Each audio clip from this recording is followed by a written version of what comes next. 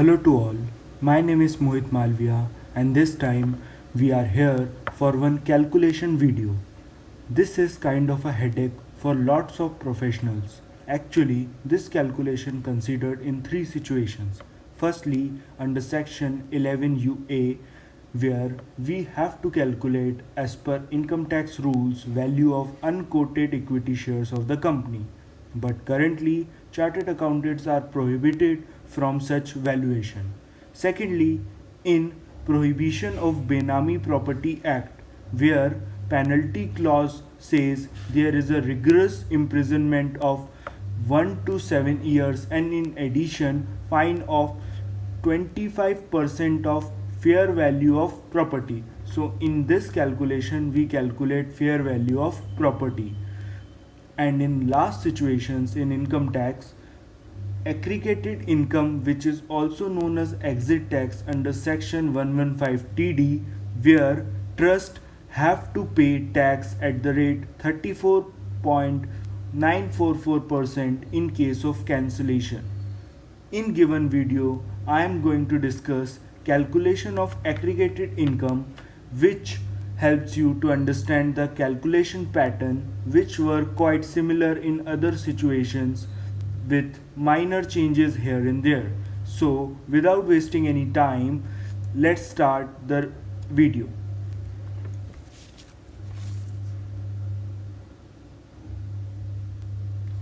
अब यहाँ पे मैंने बात करी है कि एग्रीगेटेड इनकम पे अपन टैक्स किस तरीके से कैलकुलेट करते हैं.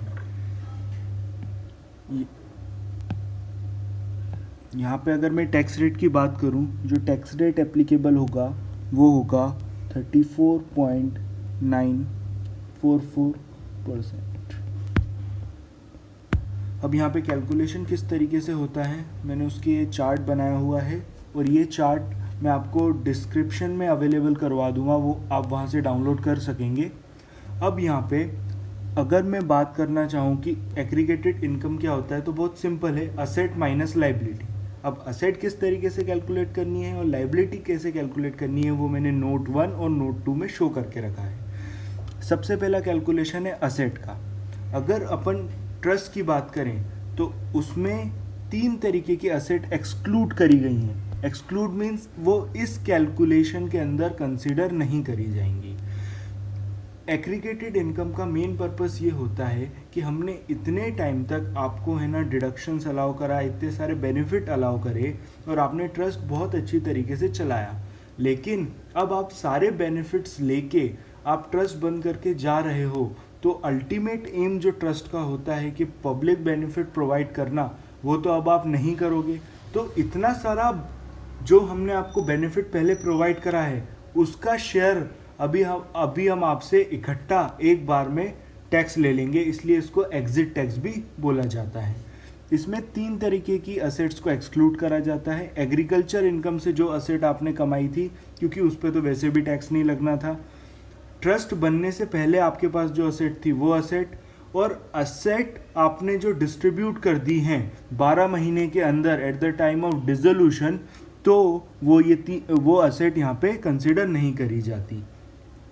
इसके बाद fair market value of asset ले ली जाती हैं according to the rule 17 CB, लेकिन उसके अंदर ये 3 चीज़ों को कंसीडर करा जाता है. इसको मैंने कहा है रिडक्शन, मतलब fair market value of assets में से ये 3 चीज़ें हटा दी जाएंगी.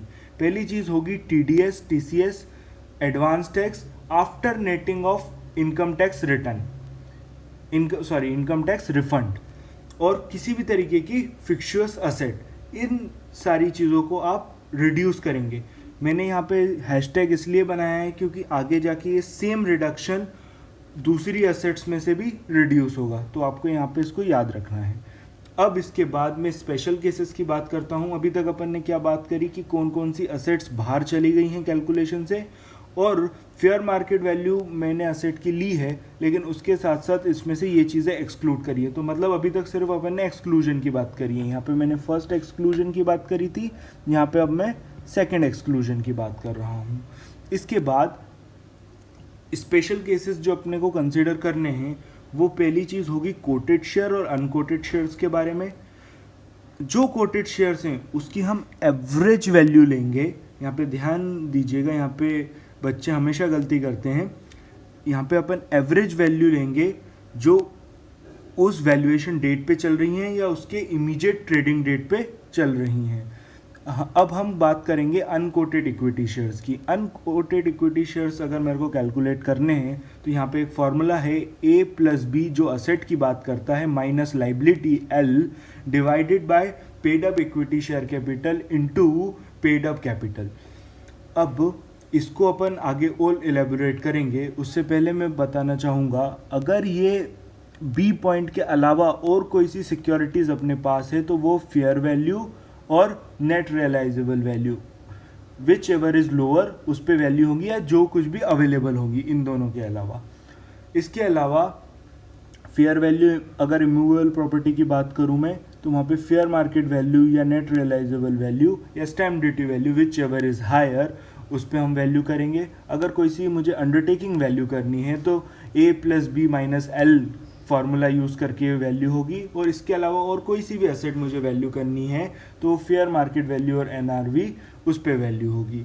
अब पॉइंट ये आता है कि मैंने ऊपर बात करी A plus B minus L। अब A क्या होता है, B क्या होता है, L क्या होता है, ये मैंने नीचे एक्सप्लेन करा हुआ है यहाँ पे। अब मैं बात करूँगा कि A क्या होता है। A, अगर सामने वाली कंपनी, जिस कंपनी के शेयर्स मेरे पास थे उसका मैं वैल्यूएशन करूँगा, उसकी जितनी भी बुक वैल्यूज, जितनी भी असेट की वैल्यू है उनको बुक वैल्यू पे कैलकुलेट करूँगा, लेकिन उसमें रिड्यूस करूँगा। कौन सी चीज़ें रिड्यूस करूँगा, जो मैंने अभी पॉइंट 2 एक्सक्लूजन में डिस्कस करी थी, TDS, TCS, advance tax after netting of income tax refund और फिक्सचुअस असेट।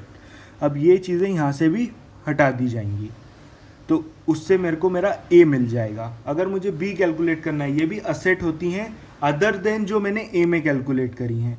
इसके अंदर जो स्पेशल केसेस रहते हैं, अगर मुझे किसी बुलियंस, ज्वेलरी, प्रीशियस स्टोन या आर्टिस्टिक वर्क का वैल्यूएशन करना है, मैं तो अकॉर्डिंग टू वैल्यूएशन रिपोर्ट करूँगा। उसके अलावा अगर मुझे शेयर्स एंड सिक्योरिटीज़ का वैल्यूएशन करना है तो ये देखिए, शेयर्स एंड सिक्योरिटी पे फिर मुझे वही चीज़ कंसिडर करनी पड़ेगी कि वो कोटेड हैं कि अनकोटेड हैं, और उसके बाद ये सेम साइकिल वापस अप्लाई होगी। अगर मुझे इमूवेबल प्रॉपर्टी की वैल्यू करनी है तो वो स्टैम्प ड्यूटी वैल्यू पे होगी। इसको देखिएगा, यहाँ पे जब हमने इमूवेबल प्रॉपर्टी की वैल्यू निकाली थी, यहाँ पे निकाली थी स्टैम्प ड्यूटी वैल्यू और फेयर मार्केट वैल्यू और NRV whichever is higher. जब हमने डायरेक्टली कंपनी की बात करी थी, जब हम इनडायरेक्टली जा रहे हैं कंपनी के अंदर A plus B minus L करने के लिए, तो वहाँ पे हम सिर्फ स्टैम्प ड्यूटी वैल्यू कंसिडर करेंगे। तो अभी यहाँ पे हमने A और B क्लियर कर लिए। इसके बाद हम L की बात करें तो जितनी भी बुक वैल्यू है आपकी लाइबिलिटी की, वो चीज़ें आ जाती हैं, लेकिन यहाँ पे एक्सक्लूजन्स हैं। एक्सक्लूजन्स कौन कौन से हैं, जो आपकी इक्विटी है उसको आप एक्सक्लूड कर देंगे, उसके बाद डिविडेंड रिजर्व है तो उसको एक्सक्लूड कर देंगे, और भी किसी तरीके के रिजर्व एंड सरप्लस है तो आप उनको एक्सक्लूड कर देंगे, अदर देन जो आपने सेट अपार्ट करे थे डेप्रीसिएशन प्रोवाइड करने के लिए। फिर उसके बाद कोई सी भी एक्स्ट्रा प्रोविज़न बना के रखा है आपने टैक्सेस का, तो उसको आप एक्सक्लूड कर देंगे। प्रोविज़न फॉर अनअसर्टेन लाइबिलिटी, उसको एक्सक्लूड कर देंगे। आपने किसी तरीके की कॉन्टीजेंट एसेट बना के रखी है तो उसको आप एक्सक्लूड कर देंगे, लेकिन other than dividend for cumulative preference shares. तो यहाँ पे एक्सक्लूजन दो हैं। अगर रिजर्व एंड सरप्लस ऐसे हैं जो आपने डेप्रीसिएशन के लिए रखे हैं तो वो आपको कंसीडर करने पड़ेंगे, और कॉन्टीजेंट लाइबिलिटी ऐसी है जो आपने arrears of dividend of cumulative preference shares के लिए रखी है तो वो आपको कंसीडर करने पड़ेंगे। ये पॉइंट आपको ध्यान देने हैं। फिर इसके बाद अभी तक अपन ने ये डिस्कस कर लिया, मैं स्टार्टिंग से आना चाहूँगा कि मेरे को सबसे पहले असेट कैलकुलेट करनी थी, तो अपन ने नोट नंबर 1 में असेट कैलकुलेट कर ली है जो मैंने पहले बात करी थी।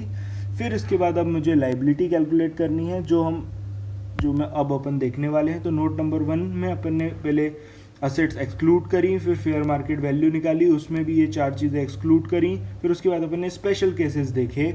स्पेशल केसेस में हमने ये देखा कि A plus B minus L से हम वैल्यू निकालते हैं, तो A plus B, A, B and L क्या होंगे और उनके अंदर क्या क्या चीज़ें कंसिडर करी जाएंगी। अब मैं नोट 2 जो अपना लाइबिलिटी का था वहाँ पे मैं बात करना चाहूँगा। तो लाइबिलिटी के अंदर सेम वही कैलकुलेशन होगा जो अभी हमने book value of all the liabilities के लिए करा है, एल के लिए करा है। यहाँ पे